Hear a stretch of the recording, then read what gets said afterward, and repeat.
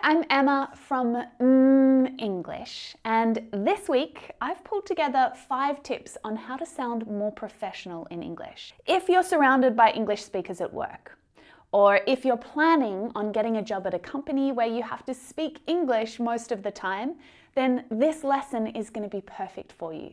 I've got some tips that will help you to sound confident, impressive, and professional. If you do enjoy the video, make sure you give me a thumbs up, you share it with a friend, it all helps. And to get my new lessons as soon as they arrive, make sure you're subscribed and you hit that notification bell. All right, let's get professional.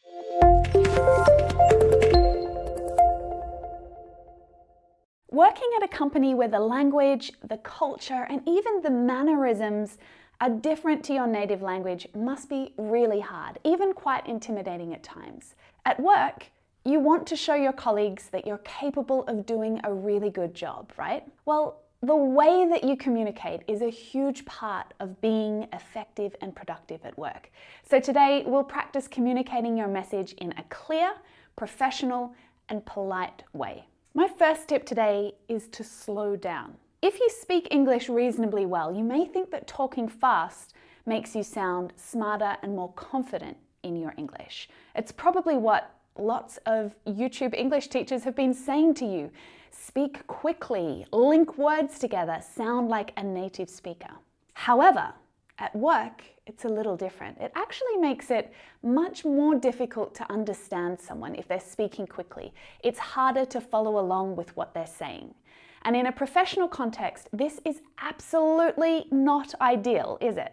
We really need to communicate our message clearly in the workplace. So when you slow your speech down a little, the people or the person that you're talking to is going to feel like they're having a conversation with you rather than you're just talking at them. It's much easier for them to understand, and you yourself will have time to think about what you're going to say and think about how you're going to say it so that it comes out clearly and accurately. Now, my next tip is to make direct statements. Can you please hand this report in by Friday? So this sentence is not as direct as it could be because it introduces the option that it's not done by Friday. Maybe that person's going to think it's okay to get it to you first thing on Monday morning. They can work on it over the weekend, perhaps. It's the way that we're asking it. With the modal verb can, we're asking, is it possible? Can does make the request really polite, but it doesn't clearly set the expectation that it needs to be done by Friday. So to make it clearer, say, please hand this report in by Friday. Now you're still being polite and you're being really assertive and clear. Assertive means that you're behaving or speaking in a really confident way, clearly expressing what you want or what you need. And when you respond to a statement just like this, or a request like this, do not say, I'll try my best, or I'll try. It's so non-committal. It's like, okay, I can't promise anything, but yeah, I'll try. You also need to be direct with your answers. Yes, I can get it done by Friday. Or, it's going to be difficult for me to meet that deadline, because I have a big meeting with the marketing team tomorrow afternoon. My next tip is to practice your intonation. Intonation really helps you to express your mood, your feeling, your attitude, and your meaning. And if you use the wrong intonation, your message can easily be misunderstood. Now, what's really interesting is that each language has its own tone and intonation patterns. To English speakers, Russian or Cantonese can sound a little harsh when people are speaking, but most often that's not the case at all. It just sounds that way to English speakers because of what we understand about our own language, which really does make me wonder, what does English sound like to you? Do you think that I sometimes sound way too excited? I'm curious. I guess it might sound a little different to what you're used to. Let me know down in the comments, what does English sound like to you? Okay, let's get back to intonation practice. In English, we use a rising intonation at the end of some statements and, of course, some questions. And that's when our voice goes upwards, the tone of our voice goes upwards at the end of a sentence. So of course it can indicate a question, and usually a question that requires a yes or no answer, but it can also indicate an emotion like surprise or happiness. And it can also indicate uncertainty or indecision. So there's actually a few different ways that you can interpret rising intonation in English. So I want you to compare these two sentences. I plan to join you at the meeting and then we'll have lunch afterwards. I plan to join you at the meeting and then have lunch afterwards. So that second example really showed indecision, uncertainty, doubt. And it's really not the type of message that you want to send in a professional context in the workplace, right? So use that rising intonation when you're asking questions and you're showing emotion, positive emotion, but not when you're trying to be clear and direct. Tip number 4 is to avoid using filler words and sounds. It's like totally annoying. Words like, totally, literally, these are all classic filler words, unnecessary words. And sounds like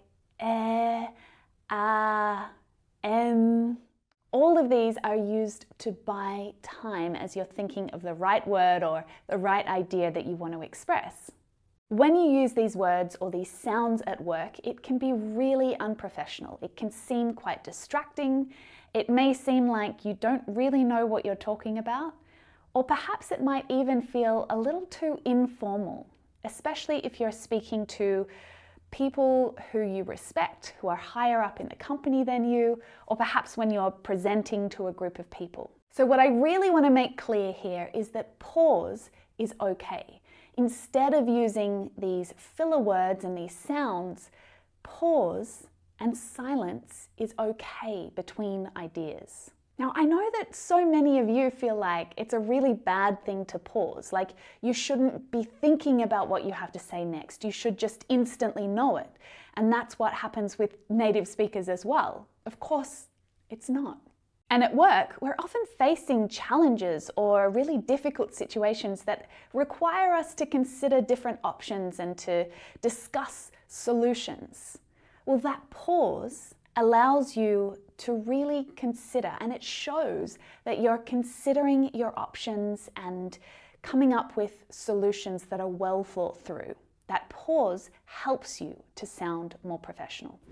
Okay, the last tip is to avoid really unhelpful phrases.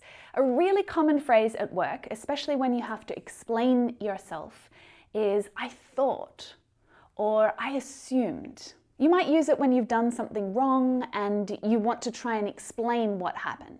You say, I thought, or I assumed we were including yellow in the website design.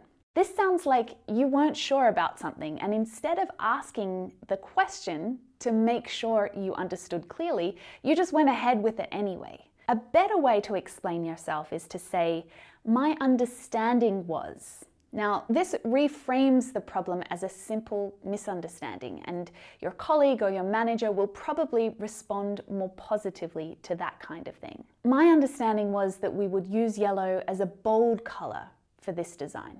I don't know is another really, really common phrase that you hear at work, but it's one that I suggest you avoid completely. Why? Because it's so unhelpful, and therefore it's unprofessional. It is much better to say, I'll find out. So this lets the person know that you're committed to solving the problem rather than just waiting to be told what to do about it or wait for someone else to do it instead. Now, this video up here is a great one to check out if you are looking for words and phrases that will help you to sound more professional at work. So we've been through my 5 tips. Now I want to check that you've remembered them all. They were slow down, make direct statements, practice your intonation, avoid filler words, and avoid unhelpful phrases. So we all know that you won't make these problems go away overnight. They're habits, aren't they? So we need to break them and build new habits. That's okay. Now we know what we need to be looking out for.